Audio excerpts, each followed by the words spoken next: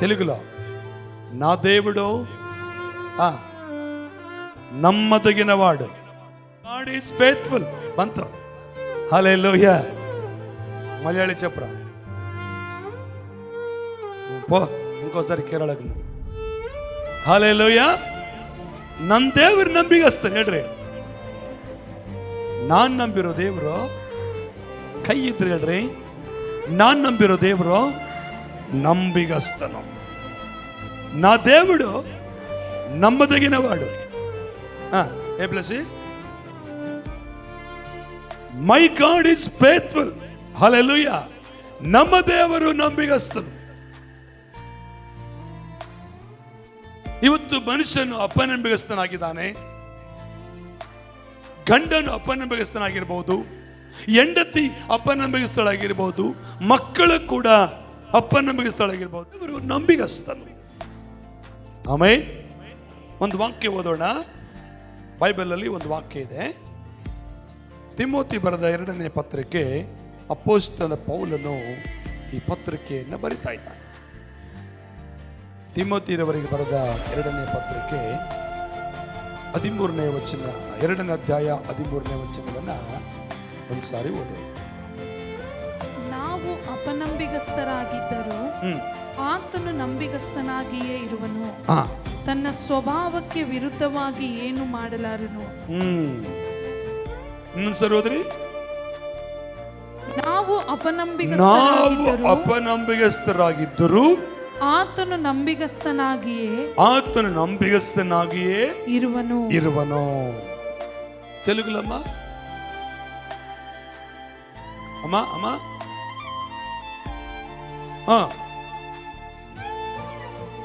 ಆಮೇ. ಇಂಗ್ಲಿಷ್ ಯಾರನ್ನ ಮೊಬೈಲ್ ಆಗಿದ್ರೆ ತೆಗೆದು ಬೇಗ ಹೋದ್ರಿ. ಈ 3 ರೀತಿ means faithful because he cannot be false to himself. ಇಂಕೋಸರ್ ಚದುವ. If we are not faithful, he remains faithful because he cannot be false to himself. Amen. ನಾವು ಅಪನಂಬಿಗಸ್ತರಾಗಿದ್ದರೂ ಕೂಡ ದೇವರು ನಮ್ಮನ್ನ ನಂಬಿಗಸ್ತರನ್ನಾಗಿ ನೋಡ್ತಾ ಇದ್ದಾನೆ.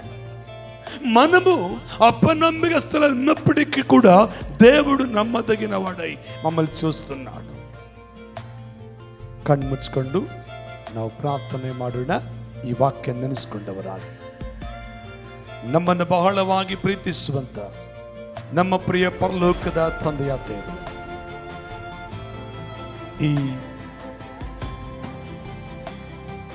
ಮುಂಜಾನೆ ವೇಳೆ ನಿನ್ನ ವಾಕ್ಯವನ್ನು ಧ್ಯಾನಿಸಲಿಕ್ಕೆ ಕೊಟ್ಟಂತ ಅವಕಾಶಕ್ಕಾಗಿ ಸ್ತೋತ್ರ. ಈ ವಾಕ್ಯವನ್ನು ಓದುವಾಗ, ಈ ವಾಕ್ಯವನ್ನು ಧ್ಯಾನಿಸುವಾಗ ನಮ್ಮ ಜೀವಿತವನ್ನು ಆಶೀರ್ವದಿಸು. ಯೇಸು ಕ್ರಿಸ್ತನ ನಾಮದಲ್ಲಿ ಪ್ರಾರ್ಥಿಸಿ ಬೇಡಿಕೊಳ್ಳುತ್ತೇವೆ. ಆಮೆನ್. ಆಮೆನ್. ಹಲ್ಲೆಲೂಯಾ. ಹೋಗೋಣ. ಹಲ್ಲೆಲೂಯಾ. ಜೋರಾಗಿ ಹಲ್ಲೆಲೂಯಾ. ಇಲ್ಲಿ ಬೈಬಲ್ ವಾಕ್ಯ ಹೇಳ್ತದೆ, ನಾವು ಅಪನಂಬಿಗಸ್ತರಾಗಿದ್ದರೂ ಆತನು ನಂಬಿಗಸ್ತನಾಗಿಯೇ ಇದ್ದಾನೆ.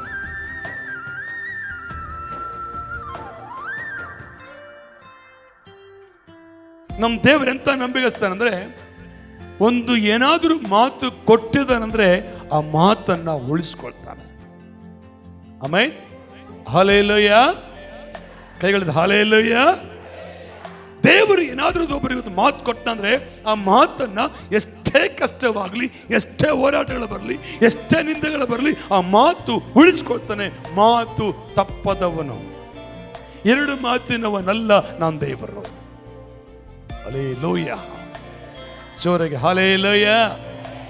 ದೇವರೊಂದು ವಾಕ್ಯ ಇದೆ, ಆತನು ದೀನರನ್ನ ಧೂಳಿಯಿಂದ ಏನ್ ಮಾಡ್ತಾನಂತೆ, ಎತ್ತುತ್ತಾನೆ, ತಿಪ್ಪೆಯಿಂದ ಮೇಲಕ್ಕೆ ಎಬ್ಬಿಸ್ತಾನೆ ಎಂಬುದಾಗಿ ಕೀರ್ತನೆಗಾರನು ಬರೆದಿರೋ ಪುಸ್ತಕದಲ್ಲಿ ಮಾತ್ರ ಆ ಮಾತು ಕೊಟ್ಟಿದ್ದಾನಂದ್ರೆ ಆತನು ನಂಬಿಗಸ್ತನು. ಆತನು ನಮ್ಮನ್ನ, ಬಡವರಾದ ನಮ್ಮನ್ನ ಧೂಳಿಯಿಂದ ಮೇಲೆತ್ತುತ್ತಾನೆ. ನಂಬಿಗಸ್ತ ಹೇಳ್ರಿ, ನನ್ನ ದೇವರು ನಂಬಿಗಸ್ತ.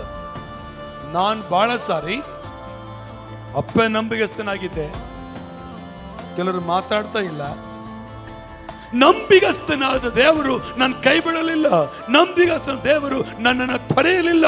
ನಂಬಿಗಸ್ತನ ದೇವರು ನನ್ನನ್ನ ಮರೆತು ಹೋಗಲಿಲ್ಲ. ಇವತ್ತು ನೀನು ಅರ್ಥ ಮಾಡಿಕೊಳ್ಳಬೇಕಾದ ವಿಷಯವೇನೆಂದ್ರೆ, ನೀನು ನಂಬಿರುವ ದೇವರು ಎಂತವರು.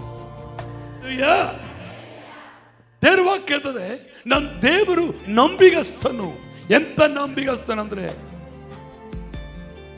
ನಂಬಿಗಸ್ತನಂದ್ರೆ ನಾನು ಮಾಡಿದ ಪ್ರತಿಯೊಂದು ಪಾಪಗಳನ್ನ ಆತನು ಕ್ಷಮಿಸಲು ಕೂಡ ನಂಬಿಗಸ್ತನು. ಹಲ್ಲೆಲೂಯಾ, ಹೇಳು ಹಲ್ಲೆಲೂಯಾ. ಇವತ್ತಿನ ಮನುಷ್ಯರು ನಂಬಿಕೆ ದ್ರೋಹ ಮಾಡ್ತಾರ್ರಿ. ನಂಬಿ ಒಳ್ಳೆ ತನದಿಂದ ನಮ್ಮನ್ನು ಕರೆದುಕೊಂಡು ಹೋಗಿ ಮೋಸ ಮಾಡ್ತಾರೆ. ನಂಬಿ ಒಳ್ಳೆ ತನದಿಂದ ಕರ್ಕೊಂಡು ಹೋಗಿ ನಮಗೆ ಹಾಳು ಮಾಡ್ತಾರೆ. ಆದ್ರೆ ನಾನು ನಂಬಿರೋ ದೇವರು ನಮ್ಮನ್ನು ಯಾವತ್ತೂ ಮೋಸ ಮಾಡುವುದಿಲ್ಲ, ನಮ್ಮನ್ನು ಯಾವತ್ತೂ ದೇವರು ಹಾಳು ಮಾಡುವುದಿಲ್ಲ. ನಮ್ಮನ್ನು ಉದ್ಧಾರ ಮಾಡುವುದಕ್ಕೆ ಆತನು ನಂಬಿಗಸ್ತ. ಆಮೆನ್. ಜೋರಿಗಳ ಹಲ್ಲೆಲೂಯಾ. ಎಂತ ವಿಷಯದಲ್ಲಿ ನಂಬಿಗಸ್ತನು ಗೊತ್ತಾ? ಬೈಬಲ್ ವಾಕ್ಯ ಹೇಳ್ತದೆ, ಯೋಹಾನನ ಬರೆದ ಮೊದಲನೇ ಪತ್ರಿಕೆ ತೆಗೆಯೋಣ. ಯೋಹಾನನ ಬರೆದ ಮೊದಲನೇ ಪತ್ರಿಕೆ 1ನೇ ಅಧ್ಯಾಯ 9ನೇ ವಚನಕ್ಕೆ ಬರೋಣ. యోహాను రాసిన మొదటి పత్రిక 1:9 ఒక మాట అక్కడ మనం చూడబోతున్నాం.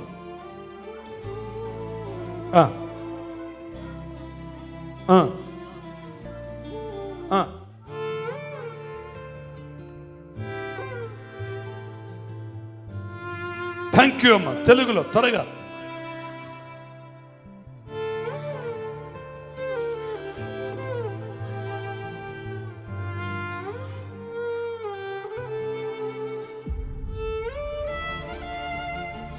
ಆಮೆನ್. ಹಲ್ಲೆಲೂಯಾ. ನಂಬರ್ 1, ನಮ್ಮ ದೇವರು ಎಂತವನಂದ್ರೆ ನಮ್ಮ ಪಾಪಗಳನ್ನು ಕ್ಷಮಿಸಲಿಕ್ಕೆ ಆತನು ನಂಬಿಗಸ್ತನಾಗಿದ್ದಾನೆ. ಆತನು ಬಂದಿದ್ದು ಮನುಷ್ಯರ ಪಾಪಗಳನ್ನ ಪರಿಹಾರ ಮಾಡೋದಕ್ಕಾಗಿ. ನಮಗೆ ಮತ್ತಾಯನ ಸುವಾರ್ತೆಯಲ್ಲಿ ಒಂದು ಮಾತು ಹೇಳ್ತದಲ್ಲ, ಆತನಿಗೆ ಒಬ್ಬ ಕನ್ಯೆಯ ಹೊಟ್ಟೆ ಒಳಗೆ ಒಂದು ಮಗುವನ್ನು ಹೇರ್ತಾರೆ. ಆ ಮಗುವಿಗೆ ಯೇಸು ಅಂತ ಹೆಸರಿಡಬೇಕು. ಯೇಸು ಅಂತ ಹೆಸರಿನ ಅರ್ಥ ಏನು ಗೊತ್ತಾ? ಎಲ್ಲ ಜನರ ಪಾಪಗಳನ್ನು ಬಿಡಿಸಿ ಕಾಯುವನೆಂಬುದಾಗಿ ಆತನ ಹೆಸರಿನ ಅರ್ಥ. ಮತ್ತಾಯನ ಸುವಾರ್ತೆಯಲ್ಲಿ ಮಾತಿದೆ, ನೀವು ತೆಗಿರಿ. ಮತ್ತಾಯನ ಸುವಾರ್ತೆಗೆ ಬೇಗನೆ ಬಂದ್ರೆ ಅಲ್ಲಿ ಕರ್ತನೊಂದು ಮಾತನ್ನು ಹೇಳ್ತಾನೆ. ಪ್ರಿಯ ಜನರೇ, 1ನೇ ಅಧ್ಯಾಯ 21ನೇ ವಚನ ಬೇಗನೆ ಹೋದ್ರಿ. ಆಕೆ ಒಬ್ಬ ಮಗನ ನಡೆಯುವಳು, ಯೇಸು ಎಂದು ಹೆಸರಿಡಬೇಕು. ಯಾಕಂದ್ರೆ ಆತನೇ ತನ್ನ ಜನರನ್ನು ಅವರ ಪಾಪಗಳನ್ನು ಬಿಡಿಸಿ ಕಾಯುವನು. తెలుగులమ్మ, కనను తన ప్రజలను వారి పాపముల నుండి ఆయన రక్షించును గనక. హల్లెలూయా. ಗಟ್ಟಿಗಳ ಹಲ್ಲೆಲೂಯಾ. ದೇವರ ವಾಕ್ಯ ಹೇಳ್ತದೆ, ಆತನು ಯಾವ ವಿಷಯದಲ್ಲಿ ನಂಬಿಗಸ್ತನಂದ್ರೆ ನಮಗೆ ನಾವು ಮಾಡಿದ ಪಾಪಗಳನ್ನ ಕ್ಷಮಿಸಲು ಆತನು ನಂಬಿಗಸ್ತನು. ಆತನು ಹುಟ್ಟುವುದಕ್ಕೆ ಮುಂಚಿತವಾಗಿ ಅನೇಕ ಪ್ರವಾದಿಗಳ ಮೂಲಕ ಬರೆಸಲ್ಪಟ್ಟಿದೆ. ಏನಂತ ಗೊತ್ತಾ? ಯೇಸು ಎಂಬ ಹೆಸರಿಡಬೇಕು. ಯಾಕೆಂದರೆ ಆತನೇ ತನ್ನ ಜನರನ್ನು ಅವರ ಪಾಪಗಳನ್ನು ಬಿಡಿಸಿ ಕಾಯುವನು. ನಾನು ನೀನು ಮಾಡಿದ ಪಾಪ ಅಷ್ಟಿಷ್ಟಲ್ಲ. ನಾನು ನೀನು ಮಾಡಿದ ಪಾಪಗಳು ಸಣ್ಣ ಪಾಪಗಳಲ್ಲ. ಎಷ್ಟೇ ಪಾಪಗಳಿದ್ರು ಅವುಗಳನ್ನು ಕರ್ತನು ಕ್ಷಮಿಸಲು ನಂಬಿಗಸ್ತನು. ಆಮೆನ್. ಹಲ್ಲೆಲೂಯಾ. ಜೋರೆಗಳ ಹಲ್ಲೆಲೂಯಾ. ಒಂದು ವ್ಯಕ್ತಿ ರೋಗ ವಾಸ ಆಗ್ಬೇಕಂದ್ರೆ, ಒಂದು ವ್ಯಕ್ತಿ ರೋಗದಿಂದ ಯೇಸು ಸ್ವಾಮಿ ಬಳಿಗೆ ಬಂದಾಗ ಆ ರೋಗ ವಾಸಿ ಮಾಡಿದ್ನ, ಇಲ್ಲ ಫಸ್ಟ್ ಅವ್ರನ್ನ ಪಾಪ ಪರಿಹಾರ ಮಾಡಿದ್ನ?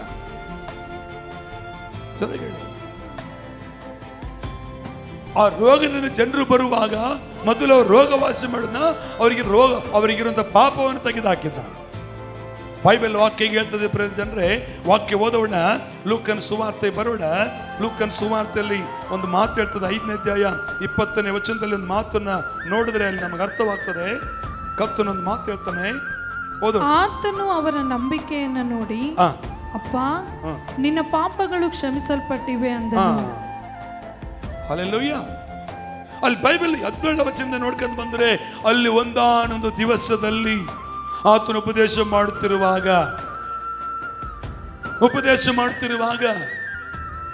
ಒಂದು ಮನೆಯಲ್ಲಿ ಇದ್ದಾನೆ ಸ್ವಾಮಿ. ಅಲ್ಲಿ ಒಂದು ರೋಗಿಯನ್ನೆತ್ತುಕೊಂಡು ಬರ್ತಾರೆ. ಅಲ್ಲೊಬ್ಬ ರೋಗಿಯನ್ನೆತ್ತುಕೊಂಡು ಬಂದು ಯೇಸುವಿನ ಮುಂದೆ ಇಳಿಯ ಬಿಡಬೇಕಂತ ಪ್ಲಾನ್ ಮಾಡ್ತಾರೆ, ಪ್ರಯತ್ನ ಪಡ್ತಾರೆ. ಆದ್ರೆ ಯೇಸು ಸ್ವಾಮಿ ಹತ್ರ ಬಿಡ್ಲಿಕ್ಕೆ ಇಲ್ಲಿ ಜನ ಫುಲ್ ಇದ್ದಾರೆ, ದಾರಿ ಇಲ್ಲ ಹೋಗ್ಲಿಕ್ಕೆ.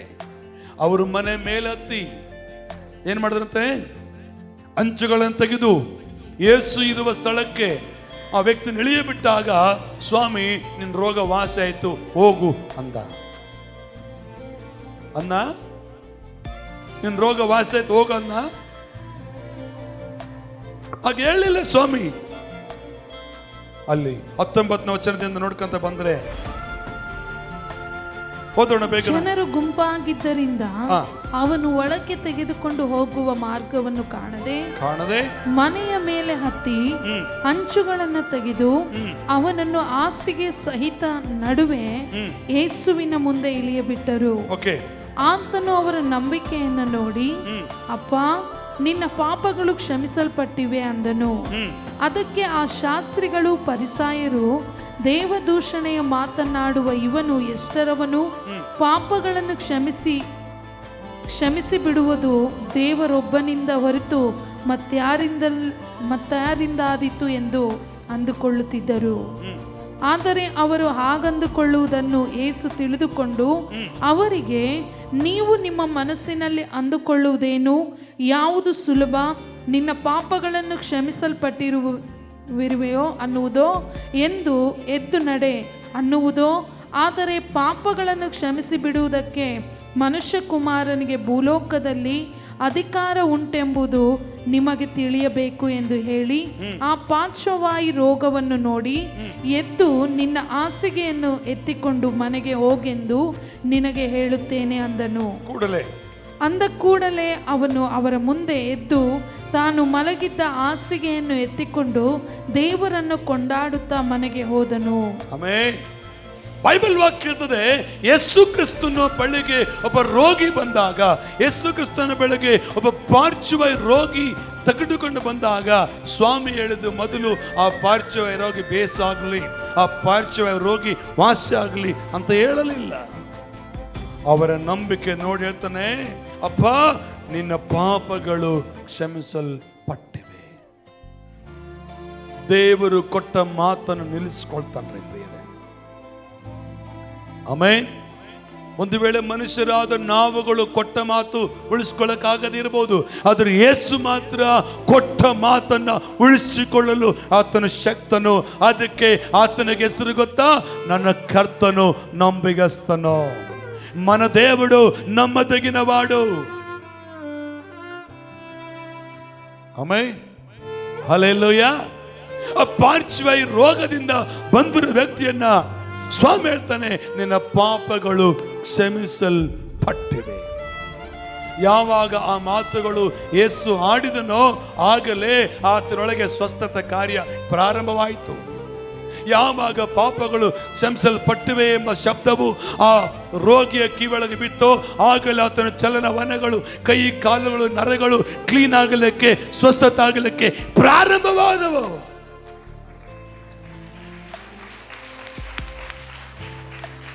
ನೀವು ತಟ್ಟುವ ಚಪ್ಪಳೆ ಕರ್ತನಿಗೆ ಆಗ್ಬೇಕು ಮಹಿಮೆ, ಯಾವುದೋ ಪಾಸ್ಟರ್ಗೆ ಬೇಡ.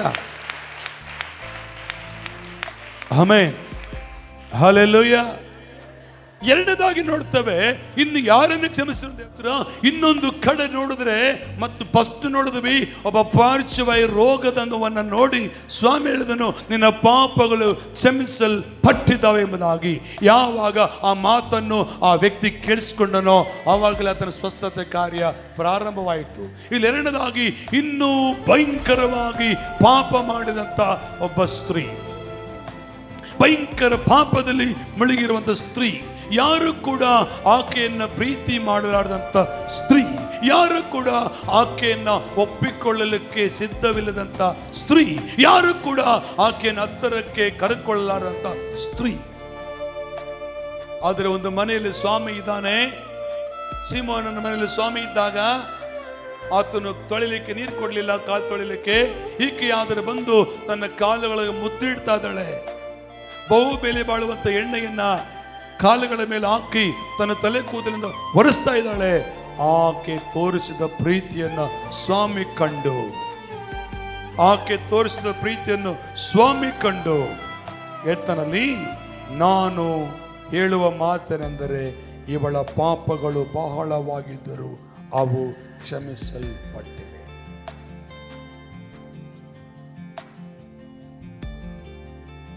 ಅದಕ್ಕೆ ರೋಮ ಬರೆದ ಪತ್ರಿಕೆಯಲ್ಲಿ ಪೌಲ್ ಹೇಳ್ತಾನೆ, ಪಾಪವು ಕೊಡುವ ಸಂಬಳ, ಹೇಳಿ ಹಲ್ಲೆಲೂಯಾ, ಜೋರಗಳು ಹಲ್ಲೆಲೂಯಾ. ಪಾಪವು ಕೊಡುವ ಸಂಬಳ ಮರಣ. ಆದರೆ ಪಾಪದಿಂದ ವಿಮುಕ್ತಿ ಆಗ್ಬೇಕಂದ್ರೆ, ಪಾಪದಿಂದ ಬಿಡುಗಡೆ ಹೊಂದಿಕೊಳ್ಳಬೇಕಂದ್ರೆ ಆ ಪರಿಹಾರದಾಯಕನ ತನ್ನ ಹೋಗ್ಬೇಕು.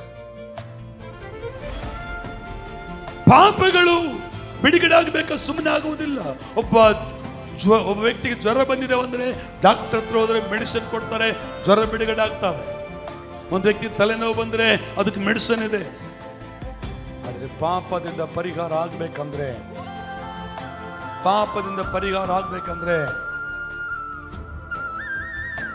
ಹಲ್ಲೆಲೂಯಾ, ಹೇಳಿ ಹಲ್ಲೆಲೂಯಾ, ಅದು ದೇವರಿಂದನೇ ಮಾತ್ರವೇ ಸಾಧ್ಯ.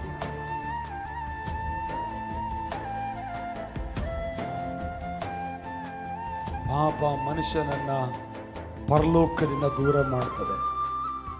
ಪಾಪ ಮನುಷ್ಯನನ್ನ ಪರಿಶುದ್ಧತೆಯಿಂದ ದೂರ ಮಾಡ್ತದೆ. ಪಾಪ ಮನುಷ್ಯನನ್ನ ಭಕ್ತಿಯಿಂದ ದೂರ ಮಾಡ್ತದೆ. ಪಾಪ ಮನುಷ್ಯನನ್ನ ಪ್ರಾರ್ಥನೆಯಿಂದ ದೂರ ಮಾಡ್ತದೆ. ಪಾಪ ಮನುಷ್ಯನನ್ನ ಪವಿತ್ರ ಕುಟುಂಬದಿಂದ ಬೇರ್ಪಡಿಸ್ತದೆ. ಪಾಪ, ಆ ಪಾಪವನ್ನ ಯೇಸು ಹೇಳ್ತಾನೆ, ನಿನ್ನ ಪಾಪಗಳನ್ನು ನಾನು ಕ್ಷಮಿಸ್ತೇನೆ.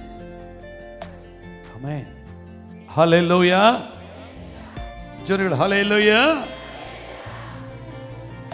ಪಾಪ ಭಯಂಕರ. ಅದಕ್ಕೆ ಸ್ವಾಮಿ ಒಂದು ಮಾತಾಡ್ತಾನೆ, ನಾನು ಪಾಪಿಯನ್ನು ಪ್ರೀತಿಸ್ತೇನೆ, ಪಾಪವನ್ನ ದ್ವೇಷಿಸ್ತೇನೆ. ಪಾಪಿಯಾದ ಮನುಷ್ಯನನ್ನ ಪ್ರೀತಿ ಮಾಡ್ತಾನೆ, ಅವನ ಒಳಗಿರೋ ಪಾಪವನ್ನ ದ್ವೇಷಿಸ್ತಾನೆ. ನಾನು ದೇವರ ನಂಬಿಗಸ್ತ. ಹಲ್ಲೆಲೂಯಾ, ಹಲ್ಲೆಲೂಯಾ, ಇನ್ನು ಜೋರಗಳು ಹಲ್ಲೆಲೂಯಾ. ಯೇಸು ಸ್ವಾಮಿ ಯಾಕೆ ಸತ್ತನು? ಶಿಲುಬೆ ಮೇಲೆ ಯಾಕೆ ಸತ್ತನು ಗೊತ್ತಾ ನಿಮಗೆ? ಬೈಬಲ್ ವಾಕ್ಯ ಹೇಳ್ತದೆ. ಒಂದು ವಾಕ್ಯ ನೋಡೋಣ, ಕೊರಿಂಥಿ 15ನೇ ಅಧ್ಯಾಯ 3ನೇ ವಚನ ಓದೋಣ. ಯೇಸು ನಮಗಾಗಿ ಶಿಲುಬೆಯಲ್ಲಿ ಸತ್ತ ಕಾರಣ ಏನು? ಅಪೊಸ್ತಲ ಪೌಲನಿಗೆ ಹೇಳ್ತಾನೆ, ಫಸ್ಟ್ ಕೊರಿಂಥಿ 15ನೇ ಅಧ್ಯಾಯ 3ನೇ ವಚನದಲ್ಲಿ ಒಂದ್ಸಲ ವಾಕ್ಯ ಓದೋಣ.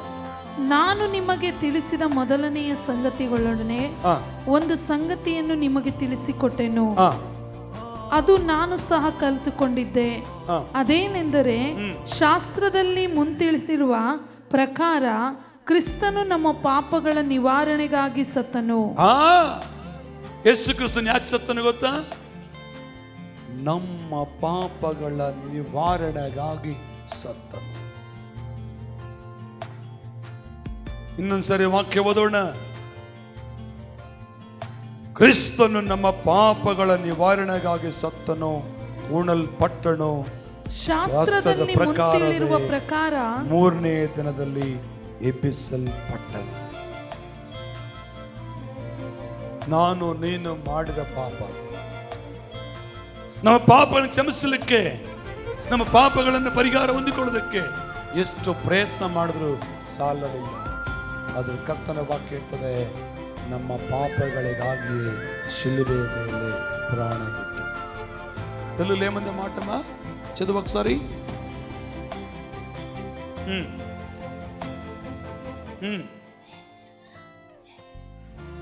లేఖను ప్రకారము క్రీస్తు మన పాపముల నిమిత్తము మృతి పొందెను. హల్లెలూయా, ಜೋರಗಳು ಹಲ್ಲೆಲೂಯಾ. ಯೇಸು ಯಾಕೆ ಸತ್ತನು ಗೊತ್ತಾ? ನಾನು ನೀನು ಮಾಡಿದ ಪಾಪಗಳನ್ನ ಆತನು ತನ್ನ ಶಿಲುಬೆ ಮೇಲೆ ಒತ್ತುಕೊಂಡು, ಇಂಥ ನಂಬಿಗಸ್ತನೆಂದರೆ ನಮಗೋಸ್ಕರ ಪ್ರಾಣ ಕೊಡಲು ಕೂಡ ಸಿದ್ಧನಾಗಿದ್ದಾನೆ. Hallelujah, ಜೋರಿಗಳು hallelujah. ನಿಮಗೊಂದು ಉದಾಹರಣೆ ಹೇಳ್ತಾನೆ. ಒಂದು 10 ಜನ ಮರ್ಡರ್ ಮಾಡಿ ಜೈಲಿಗೆ ಹಾಕಿದ್ದಾರೆ ಒಬ್ಬ ವ್ಯಕ್ತಿಯನ್ನ. ಹೇಳಿ, 10 ಜನರ ಮರ್ಡರ್ ಮಾಡಿ ಕೊಲೆ ಮಾಡಿ ಜೈಲಿಗೆ ಹಾಕಿದ್ದಾರೆ. ಆ ವ್ಯಕ್ತಿಗೆ ಬೇಲ್ ಕೊಡಬೇಕು. ನಿಮ್ಮಲ್ಲಿ ಯಾರನ್ನೊಬ್ಬರು ಕೊಡ್ತೀರಾ? ನನ್ನ ಕನ್ನಡ ಅರ್ಥ ಆಗ್ತದ? ಕೇಳಿ, ಇಲ್ಲೇ ಇದೆಯಾ? ಪಕ್ಕದ ಕೇಳಿ, ಇಲ್ಲೇ ಇದ್ದೀರಾ? ಪಾಸ್ಟ್ ಹೇಳೋ ಮಾತು ನಿನಗೆ ಕಿವಿಯೊಳಗೆ ಹೋಗ್ತದ? ಕೇಳಿಸ್ಕೊಳ್ತಾ ಇದೆಯಾ? ಪಕ್ಕದ ಕೇಳೋರು ಕೇಳಿಸ್ಕೊಳ್ತಾ ಇಲ್ಲ, ಕೇಳ್ತದ? ಅರ್ಥ ಆಗ್ತದ? ಓಕೆ, ಅರ್ಥಾದ್ರೆ ನಾನು ನಿಮ್ಗೆ ಪ್ರಶ್ನೆ ಮಾಡ್ತೇನೆ. 10 ಜನರನ್ನ ಮರ್ಡರ್ ಮಾಡಿ ಜೈಲಿಗೆ ಹಾಕಲ್ಪಟ್ಟಿದ್ದಾರೆ. ಆತನಿಗೆ ಈಗ ಬಿಡಿಸ್ಕೊಂಡು ಬರ್ಬೇಕಂದ್ರೆ ಬೇಲ್ ಕೊಡ್ಬೇಕು. ನಿಮ್ಮಲ್ಲಿ ಯಾರನ್ನೊಬ್ಬರಿಗೊಬ್ಬರು ಕೊಡ್ತೀರಾ? ಓಕೆ, ಕೊಡಲ್ಲ. ತಿಪ್ಪೇಸಿ ನಮ್ಮ ತಿಪ್ಪೇಸಿ ಅಸಲ ಕೊಡಲ್ಲ ಅಂತ ಕರೆಕ್ಟ್, ಅವನು ತಪ್ಪಲ್ಲ, ಅದು ಸತ್ಯ. ಓಕೆ, ಏನ್ ತಪ್ಪು ಮಾಡಿಲ್ಲ, ಇನ್ನೇನ್ ತಪ್ಪು ಮಾಡಿಲ್ಲ, ನಿರಾಕರಣೆ ತಗೊಂಡು ಹೋಗಿ ಹಾಕ್ಬಿಟ್ಟಾರ ಅವನಿಗೆ. ಅಂತವ್ರಿಗೆ ನಿಮ್ಮಲ್ಲಿ ಬೇಲ್ ಕೊಡಕ್ಕೆ ಹೋಗ್ತಾರ? ಹೋಗಲ್ಲ, ಅದು ಕೂಡ ಹೋಗಲ್ಲ. ಏ ಪಾಪ ಏನು ಅನ್ಯಾಯ ಮಾಡಿಲ್ಲ, ಸುಮ್ಮನೆ ತಗೊಂಡು ಹಾಕ್ಬಿಟ್ಟಾರ, ಹೆಂಗಾದ್ರೂ ಮಾಡೋ ಅವ್ನು ಬೇಲ್ ಕೊಟ್ಟು ಬಿಡಿಸ್ಕೊಂಡು ಬಂದ. ಇಲ್ಲಿ ಯೇಸು ಕ್ರಿಸ್ತನ್ ಯಾಕೆ ಸತ್ತನ? ಒಳ್ಳೆಯವ್ರಿಗೋಸ್ಕರ ಸತ್ನ? ಒಳ್ಳೆಯವ್ರಿಗೋಸ್ಕರ ಬೇಲ್ ಕೊಟ್ನ? ಹಲೋ, ಹಲ್ಲೆಲೂಯಾ ಹೇಳಿ, ಹಲ್ಲೆಲೂಯಾ. ಇನ್ನು ಜೋರು ಹಲ್ಲೆಲೂಯಾ. ನೇರವಾಗಿ ಕೇಳ್ತದೆ, ಯೇಸು ಕ್ರಿಸ್ತರು ಸತ್ತ ಉದ್ದೇಶ, ಯೇಸು ಸ್ವಾಮಿ ಮರಣ ಹೊಂದಿದ ಉದ್ದೇಶ ಬೇರೆ ಏನಲ್ಲ. ನಾನು ನೀನು ಮಾಡಿದ ಪಾಪಗಳನ್ನ ತನ್ನ ಮೇಲೆ ಹೊತ್ತುಕೊಂಡು ಶಿಲುಬೆಕೆಂಬ ಏರಿದನು. ನಮಗೆ ಪಾಪದಿಂದ ವಿಮುಕ್ತಿ ಕೊಟ್ಟನು, ಪಾಪದಿಂದ ಬಿಡುಗಡೆ ಕೊಟ್ಟನು, ಪರಲೋಕ ರಾಜ್ಯಕ್ಕೆ ನಮ್ಮನ್ನ ವಾರಸುದಾರನಾಗಿ ಮಾಡಿದ್ದಾನೆ. Amen, hallelujah. ಜೋರಿಗೋಣ ಹಲ್ಲೆಲೂಯಾ.